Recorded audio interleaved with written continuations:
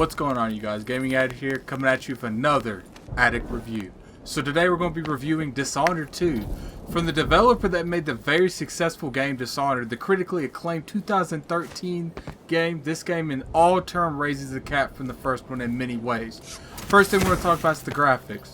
This game looks amazing for the time, but you know, I can't really say this game looks good compared to, you know, its competition. Battlefield 1 looks beautiful, and if you compare games like that to Dishonored 2, it's surely gonna fill out.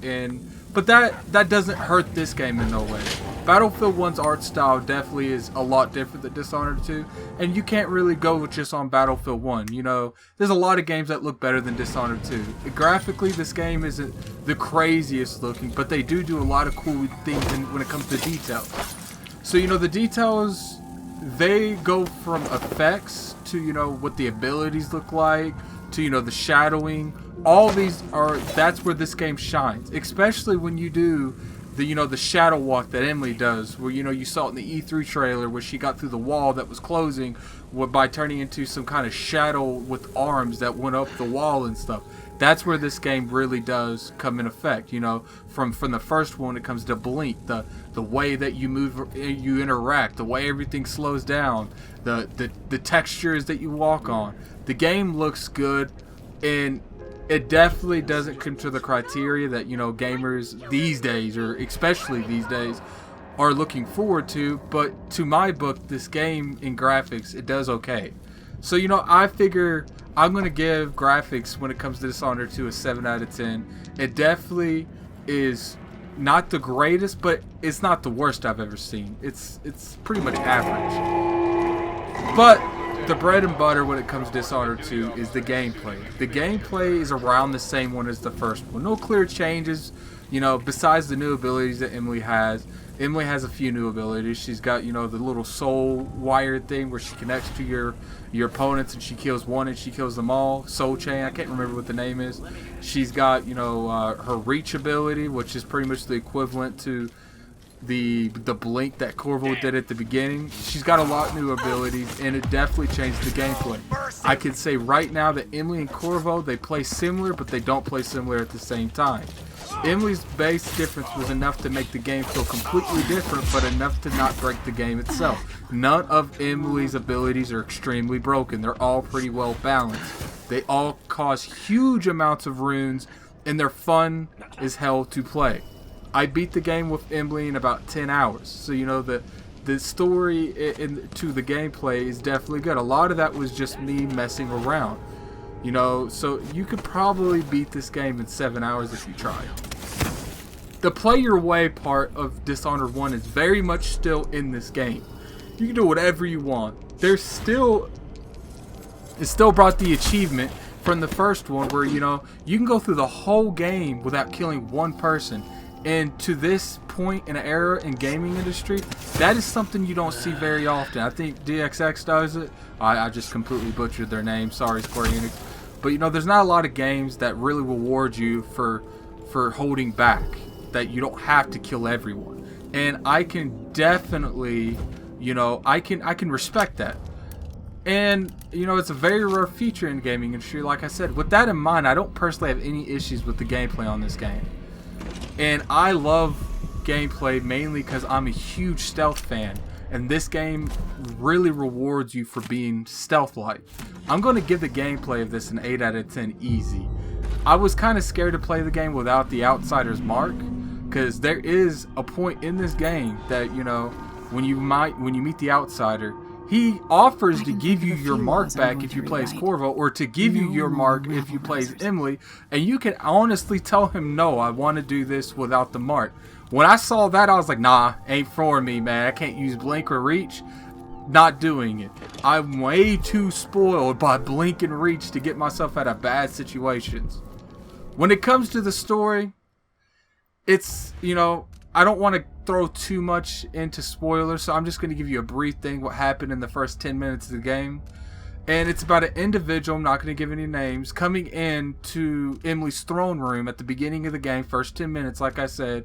And the whole game is about her or Corvo fighting to balance it, put her back on the throne.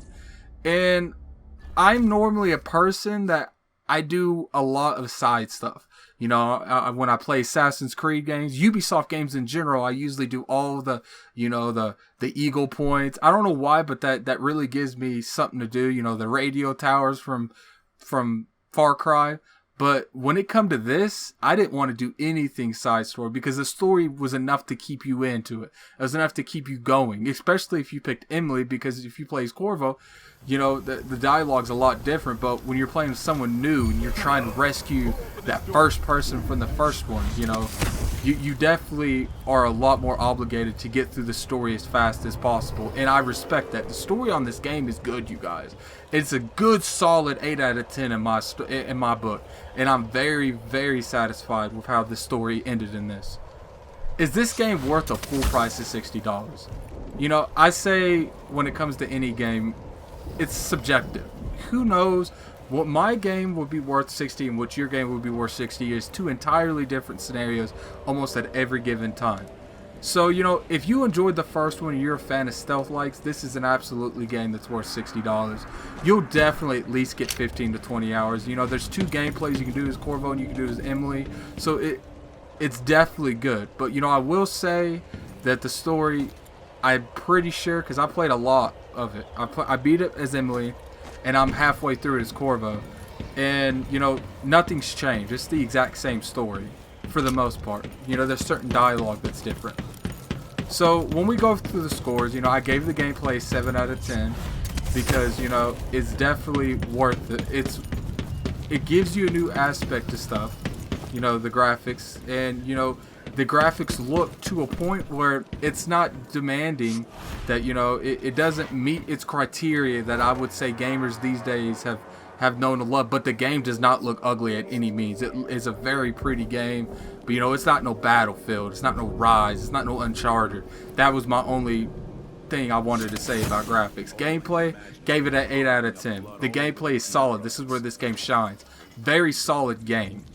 And I do suggest you guys play just all the stealth mechanics in this game alone. The AI can be kind of stupid at times when you're doing your stealth, because it's like if they see you and they go, it's like, how do you see a grown ass woman on top of a, you know, a roof, if you will, and I blink away, or, you know, reach away, and he's like, oh, I guess he didn't exist. And that's always been in Dishonored. They still ain't fixed it from the first one, but that's not going to take away from the fact. The story I gave out of 8 out of 10, like I told you guys. The story's solid. You know, there's definitely a beginning, middle, and end. They don't make you linger anywhere in the stories for too long. They get straight to the point, one after another. There's definitely, you know, some twist in this game. But anyway, you know, when it comes down to it, what does Gaming Addict suggest? What does my Addict review suggest with this game? Do you buy it, rent it, or you pass on it? Okay, to buy this game, I'd say you have to be a huge fan of Dishonored 1 and you have to like stealth. If you don't like stealth or you don't like huge Dishonored, I'd say wait on it. You know, maybe rent it. You know, you can rent it if you don't like those both. But if you hate stealth games and you hated Dishonored 1, I'd pass. I wouldn't even buy this. But if you definitely like the first one, you like stealth, this is a definite buy. This is Gaming Addict. Thank you for watching my Addict review. Addict reviewing The Division. Definitely enjoyed it. Good game. Like my video if you don't mind. Share it. It's always appreciated. This is Gaming Addict. I'll talk to you guys later. I'm out. Peace.